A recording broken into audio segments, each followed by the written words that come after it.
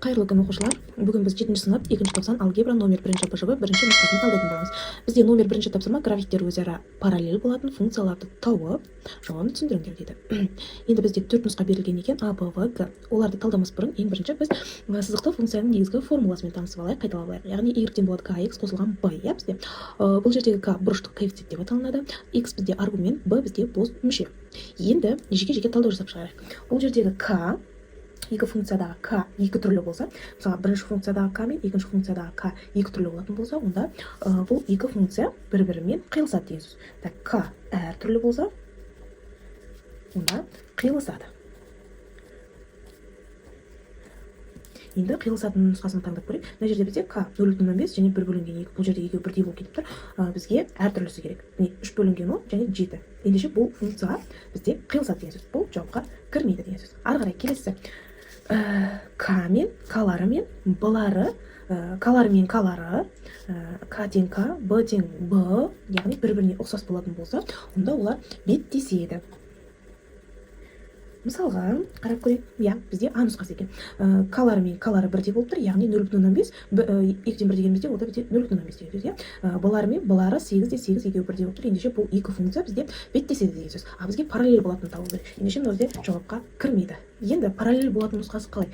Ол бізде тек қане к-лары бірдей болса, онда бізде екі функция параллель орналасады деген сөз. Мысалға, к-лары қане бірдей дейді. Мына екі нұсқаны алып тастадық, келесісін қарастырайық. Y-тен 5x қосылған 8 және y-тен 10 бөлінген 2 дейді. 10 екі бөлсек бізде бәрібір 5 шығады. К-лары мен к-лары бізде не болып тұр? Ұқсас болып тұр. Енді бұларын қарай. 8 және минус 2 екі түрлі болып тұр. Ендеше бізде жауап В нұсқасы деген сөз екен. Бізде к-лары соңғы нұсқада екі түрлі болып тұр, иә? Ендеше бұл бізде жауапқа кірмейді. Сонда бізде жауабымыз В нұсқасы екен. Енді біз жауапты қалай жазамыз? Негізінде мына түрде жазу керексіздер оқушылар. Y-тен болады k1x қосылған b1 және y-тен болады k2x қосылған b2. Бұл функциялардағы k1 мен k2 тең болса, b1 мен b2 тең емес болса, сызықтық функциялармен берілген түзулер параллель болады. Жауабы бізде В нұсқасы. Y-тен болады 5x қосылған 8 және y-тен болады 10 бөлінген x минус 2 деп жауабын жазатын боламыз. Әрі қарай бізде екінші тапсырма y-тен болады x куб функциясының графигін тап дейді. Біріншісі, ол бізде y-тен болады x квадрат. Бұл бізде парабола деп аталынады. Бұл бізде парабола. Екінші графикке қарайық. Ол бізде y-тен болады k бөлінген x. Ол бізде гипербола деп аталады. Үшіншісі бізде y-тен болады x куб. Ол бізде кубтық парабола деп аталады. Ендеше бізде дұрыс жауабымыз үшінші сызба. Бізде үшінші тапсырма берілген функциялардың графиктерін тап дейді. Бізде тағы да 4 функция берілген екен. Y-тен болады минус 2x қосылған 4 дейді. Енді бұл жерде біз x-тарына мән беріп, y-ті анықтап алу керекпіз. Яғни, мысалға, біріншісіне x тең 0 берейік, x-ға 0 берейік, есептейік. Y-тен болады, x 0 болса, y-тен болады минус 2 көбейтілген 0 қосылған 4 тең болады. Минус 2 0-ға көбейтсең 0, 0-ға 4 қоссаң 4. Сонда бізде мән 0 да 4 деген қабылдайды екен. Ары қарай келесісі, тағы да x-тің орнына 0 беріп көрейік. X тең 0, y-тен болады 3 көбейтілген 0, азайтылған 3 тең болады. Бізде минус 3 шығады екен. Онда 0 да минус 3 болады деген сөз. Ары қарай тағы да x-тің орнына 0 беріп көремін. X-тен болады 0, y-тен болады 1/3-тен 2 көбейтілген 0 қосылған 5. Жауап бізде 5 шығады. Сонда бізде 0 да 5 деген сөз. Ары қарай x-тен болады минус 0, y-тен болады минус 0,75 көбейтілген 0 қосылған 3 тең болады. Бізде 3 шығады. Жауап бізде 0 да 3 деген сөз. Енді осылар бойынша графиктерден жауаптарын анықтайық. Біріншісі 0 де 4 дейді. 0 да 5, 0 да 4. Міне, бұл бізде қай жауапқа келеді? А жауабына, иә? Екіншісі Б жауабы 0 да минус 3, 0 да 5, 0 да минус 3 керек, 0 да 3, 0 да минус 3 міне тұр. Ендеше бұл бізде Б жауабы болады екен. Так, В жауабы бізде 0 да 5, 0 да 5-іміз бізде бірінші жауапта болған. Бұл бізде В жауабы болады екен. Ары қарай үшіншісі, соңғысы белгілі, ол бізде Г жауабы болады деген сөз. 0 да 3, 0 да 3 деген сөз. Сонымен үшінші тапсырмамыз аяқталды. Тіркелі, лайк басып, комментарий жазуды ұмытпаңдар, балалар. Бізде төртінші тапсырма теңдеулер жүйесі график тәсілмен шеш дейді. Графикті жақсы. Енді жинақтап реттеп алайық. Y-ті x арқылы өрнектеп алайық.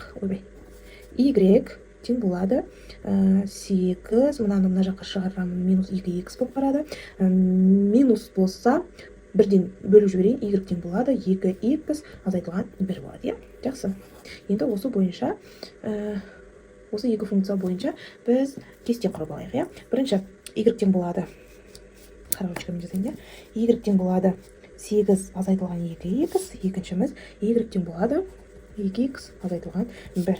Кесте x және y, x-ға мән беремін, 2 мән бере салайын, x-ға мән беремін, y табамын, 2 мән бере салайын бұл жерге. Так, неше дегенде берейін? 0 мен 4-ті бере салайын, мына жерге 0 мен 4-ті бере салайын. Есептеймін, x-тің орнына 0-ді қоямын. Мына жер 0 болып кетеді, 8 шығады. Ары қарай x-тің орнына 4-ті қоямын, 2 жердегі 4-ім 8, 8 0 болады. Так, ары қарай 2 0-ді қоямын, 0 минус 1 болады. Мына жерде 4-ті қоямын, 8-ні айтамын, 7 қалады. Жақсы. Ары қарай енді графикке саламыз мәндерін. Так, көрініп тұр ма? Осылай қояйын, Бізде 0-да 8, x-іміз 0, y-іміз 8, және x-іміз 4, y-іміз 0 болады. Так, балалар, мен сызғышым тастап кеттім, мән бермейміз. Қосып сызамыз, екі нүктені қосып бір-біріне сызамыз. Так, осындай түзу пайда болды. Келесісі бізде 0-да минус 1, x-іміз 0, y-іміз минус 1. Минус 1, және x-іміз 4, y-іміз 7. 7, мына жер тұрмасқан, Дұрыс қой, 4-те 7. Енді осы екі нүктені қосамыз. Енді қиылысу нүктесі. Жауап жазамыз.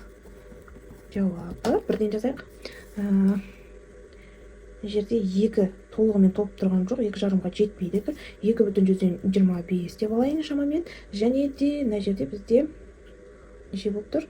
3-тен асып тұр, 4-ке жетпейді, 3,5 болып тұр, 3,5 деп алайын. Сонымен жауап бізде 2,25 және 3,5 деп сөз екен. Бесінші тапсырма табыңдар дейді. Асында функцияның анықталу облысын табыңдар дейді. Бірінші функция бізде y тең болады 3x қосылған 1. Анықталу облысы бізде df пен белгіленеді. df тең болады. Бұл жерде түсінікті минус шексіздіктен плюс шексіздікке дейінгі арал. Ары қарай екінші тапсырмасында бұл жерде бөлшек беріліпті. Ендеше бөлшектің бөлімі бізде 0-ға тең болмауы керек. Және де нешеге тең болмауы керек екен. 0-ға теңестіріп алайық. 3x минус 9 тең 0. 3x тең болады 9, x тең болады 9 бөлінген 3, x тең болады неше? 3. Сонда бізде x-іміз тең болмауы керек екен 3-ке. Ендеше қалай жазамыз? df тең болады. Минус шексіздіктен 3-ке дейінгі аралықтан дейді. 3-ке тең болмауы керек. Қиылысады 3-тен плюс шексіздікке дейінгі аралықта. Ары қарай келесі босында бізде минус 5 кіші немесе тең x кіші немесе тең 3-тен тең кесіндісіндегі y тең болады 3x азайтылған 5 бөлінген 2 функциясының мәндер облысын табыңдар. Мәндер облысын табу үшін y тең болады 3 көбейтілген минус 5 қосылған 5 бөлінген 2 тең болады. Есептеймін. Неше болды бізде? 5 болды, 15. 3 жердегі 5 15, 15 минус 15 қосылған емес, мына жерде азайтылған болады.